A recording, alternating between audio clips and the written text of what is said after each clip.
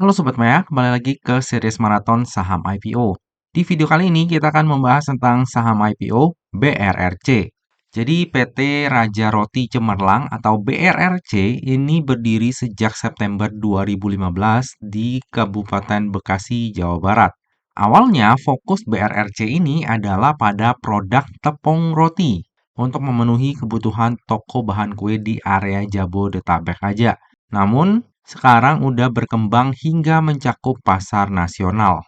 Nah, saat ini BRRC sendiri telah diberikan kepercayaan sebagai mitra ya oleh PT Daisang Food Indonesia. Ini brandnya Mama Suka Sobat Maya, pastinya pada tahu ya. Dan saat ini udah berhasil menarik sekitar 150 pelanggan B2B. Nah, jadi bahan utama dari BRRC ini adalah tepung terigu. Saat ini, BRRC memiliki 3 vendor utama dan vendor-vendor lainnya juga.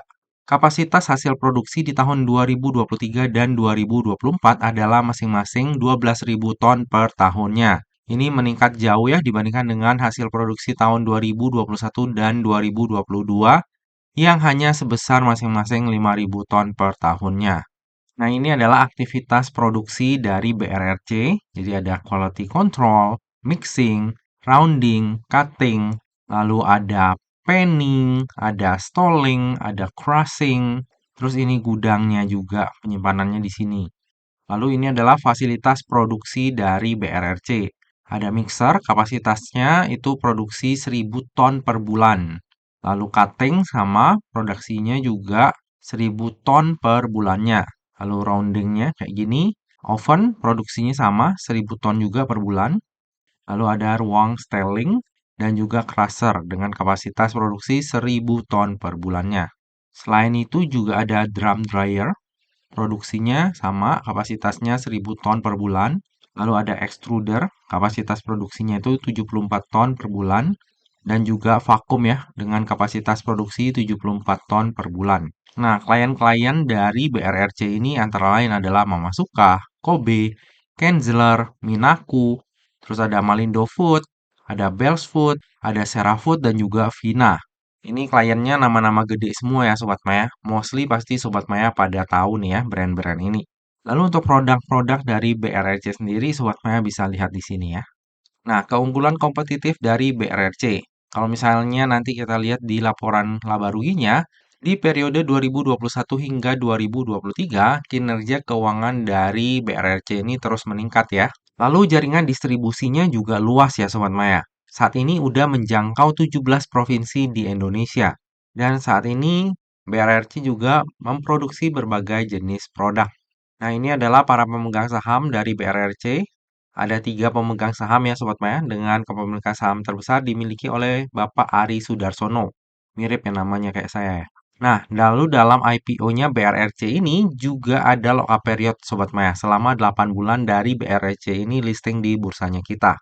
Nah, lalu yang menarik di IPO-nya BRRC ini, ada Bapak Leo Herlambang nih Sobat Maya, yaitu komisaris independen dari BRRC. Kenapa menarik? Karena hingga saat ini, Bapak Leo Herlambang ini masih menjadi komisaris independen di ISEA, lalu komisaris independen juga di Cegas Sobat Maya. Dari 2 saham IPO ini, dua-duanya itu sama-sama sempat turun dulu Sobat Maya, baru kemudian naik ya. Kalau misalnya di IPO-nya BRRC ini juga quote unquote yang dibaliknya itu sama, ya mungkin cara mainnya mirip-mirip kayak Aisea ataupun Cegas ya Sobat Maya. Jadi volatile banget, Sobat Maya perlu lebih aware dan lebih waspada juga ya Sobat Maya ya. Jangan sampai nantinya udah cuan berubah jadi bocuan. Oke, lalu ini adalah laporan laba rugi dari BRRC. Bisa kita lihat di sini. Dari sisi penjualan ini selalu meningkat ya dari tahun ke tahun Sobat Maya. Lalu jika kita lihat dari sisi laba bersih juga selalu meningkat dari tahun ke tahun. Cuma yang saya highlight di sini adalah Sobat Maya, untuk net profit marginnya ini tergolong kecil ya Sobat Maya. Gak nyampe 10% di tahun 2022. Dan di tahun 2023, ketika pendapatannya itu naik lebih dari 2 kali lipat, laba bersihnya ini cuma naik sedikit Sobat Maya. Sekitar 30% ya. Padahal pendapatannya ini naik secara signifikan. Dan lebih parah lagi di tahun 2024 di periode yang sama, itu penjualannya lebih kecil daripada tahun 2023 dan labanya itu merosot jauh ya dibandingkan dengan periode yang sama di tahun 2023. Jadi dari sisi kinerja memang pendapatannya itu naik, cenderung naik ya, tapi dari sisi laba bersih menurut saya net profit marginnya ini agak kurang ya. Pendapatannya makin besar, tapi laba bersihnya itu persentasenya nggak mengikuti dari sisi pertumbuhan pendapatannya.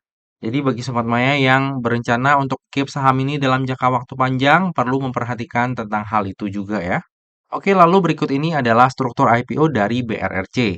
Jadi sebanyak-banyaknya sebesar 291 juta lembar saham atau mewakili sebanyak 30,01% dari modal ditempatkan dan di store penuh yang akan ditawarkan kepada masyarakat. Untuk harga penawarannya sendiri berkisar antara 200 hingga 210, sehingga dana yang akan diraup dari IPO ini adalah sebanyak-banyaknya sebesar 61,2 miliar. Lalu bersamaan dengan IPO ini, juga akan diterbitkan waran seri 1 dengan rasio 2:1 Sobat Maya. Tentunya hal ini akan membuat IPO-nya BRRC menjadi lebih menarik ya Sobat Maya, karena adanya waran tentunya membuat resiko di IPO-nya BRRC dapat lebih diminimalisir. Lalu dana IPO dari BRRC ini, keseluruhan dananya itu akan digunakan untuk modal kerja Sobat Maya. Nah, untuk tujuan penggunaan dana IPO-nya ini agak kurang greget ya Sobat Maya, karena nggak ada yang dipakai sedikit pun untuk ekspansi usaha. Keseluruhan dananya dipakai untuk modal kerja. Oke, lalu yang akan menjadi underwriter di IPO-nya BRRC ini adalah NH Korindo Sekuritas Indonesia atau dengan kode brokernya XA.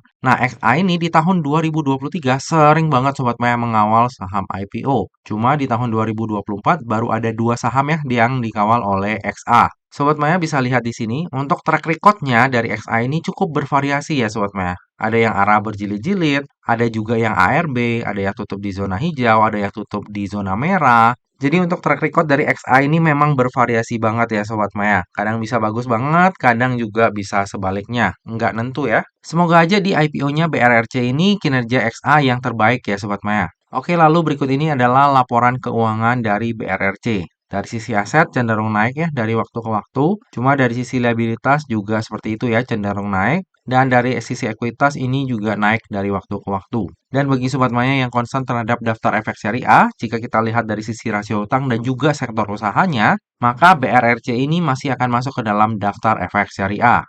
Lalu berikut ini adalah valuasi dari BRRC di rentang harga IPO-nya, yaitu di harga 200 hingga 210. Jadi, jika nantinya BRRC ini listing di harga terendahnya, yaitu di harga 200, maka PI-nya itu akan berada di 147,62 kali dan PBV-nya di 2,49 kali dengan market cap sebesar 194 miliar. Namun, jika nantinya BRRC ini listing di harga tertingginya, yaitu di harga 210, maka PI-nya itu akan berada di 155 kali, PBV-nya di 2,53 kali dengan market cap sebesar 204 miliar. Tentunya dari sisi valuasi, BRRC ini udah kemahalan ya Sobat Meh. Bahkan untuk ukuran saham IPO yang saat-saat ini. Kalau misalnya dia listingnya di tahun 2021, tahun 2022, ya valuasi segini sih standar ya untuk ukuran saham IPO. Tapi ketika dia listingnya di tahun 2024, standarnya udah beda dan ini tergolong mahal ya untuk valuasi dari BRRC ini. Cuma Sobat Maya bisa lihat market cap dari BRRC ini tergolong rendah ya, cuma 194 miliar sampai 204 miliar. Dan ini kalau misalnya ada yang mau goreng itu gampang banget Sobat Maya. Jadi mari kita lihat nantinya ya, apakah BRRC ini akan kayak Asia atau Cegas yang digoreng dulu, baru kemudian nyungsep ke dasar bumi, atau ini malah kayak asli ya, yang dari awal udah nyungsep. Semoga aja masih bisa kasih kita profit. Oke, dari tadi udah banyak hal yang kita bahas, sekarang tiba juga kita ke bagian kesimpulan. Kesimpulan yang pertama, bisnis BRRC menurut saya pribadi kurang menarik ya Sobat Maya. Walaupun pendapatannya cenderung naik signifikan, namun laba bersihnya itu hanya naik sedikit, dan secara net profit margin malah berkurang jauh. Walaupun begitu, klien dari BRRC ini merupakan klien besar ya, dan seharusnya di masa mendatang masih bisa bertambah nih untuk klien-kliennya. Kesimpulan yang kedua, valuasi dari BRRC tergolong mahal, bahkan untuk ukuran saham IPO. Lalu untuk tujuan penggunaan dana IPO-nya sendiri itu kurang greget ya, karena keseluruhan dana IPO dipakai untuk modal kerja. Kesimpulan yang ketiga, underwriter dari IPO-nya BRRC adalah XA. Nah, XA ini cukup sering yang mengawal saham IPO Sobat Maya, dan saham IPO yang dikawalnya pun ini bervariasi. Untuk saham IPO terakhir yang dikawal oleh XA ini adalah MHKI dan berhasil 3 kali arah. Tapi arahnya itu bukan yang langsung arah lock ya Sobat Maya, tapi digocek-gocek-gocek sampai mual tuh ya, baru kemudian akhirnya arah. Kesimpulan yang keempat, bersamaan dengan IPO ini terbit pula waran seri 1 dengan rasio 2:1. Nah, hal ini tentunya membuat IPO-nya BRRC menjadi lebih menarik ya, karena dapat meminimalisir potensi kerugian di IPO-nya BRRC. Terlebih saat ini tuh udah ada skema pre-opening ya Sobat Maya. Jadi kayaknya kalau misalnya mau ambil aman, induknya jual pas pre-opening, warannya dijual waktu market berjalan. Menurut saya pribadi harusnya masih ada spreadnya ya.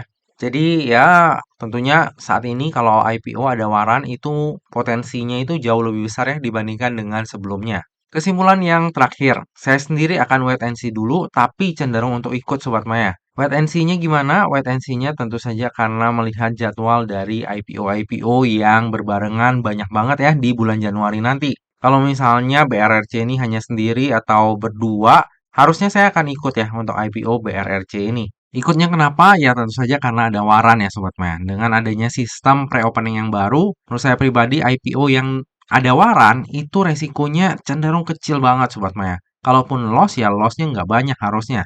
Jadi sangat menarik. Kita nggak perlu melihat bisnisnya kayak apa, valuasinya berapa, underwriter-nya siapa. Yang jelas kalau misalnya ada waran dengan rasio ya kayak 2:1 itu membuat IPO-nya menjadi lebih menarik. Karena sisanya kalau misalnya nggak ada waran, kayaknya saya mikir 2 kali ya untuk ikutan IPO-nya BRRC ini. Seperti biasa Sobat Maya, yang namanya saham, terlebih saham IPO, itu nggak pernah luput dari yang namanya resiko. Jadi bagi Sobat Maya yang mau melakukan order saham IPO BRRC, pastikan Sobat Maya melakukan order sesuai dengan resiko yang siap untuk Sobat Maya tanggung ya. Lebih lengkapnya nanti apakah saya akan ikut atau enggak untuk IPO BRRC ini akan saya share di tab community ataupun IG saya pada saat masa offering nanti.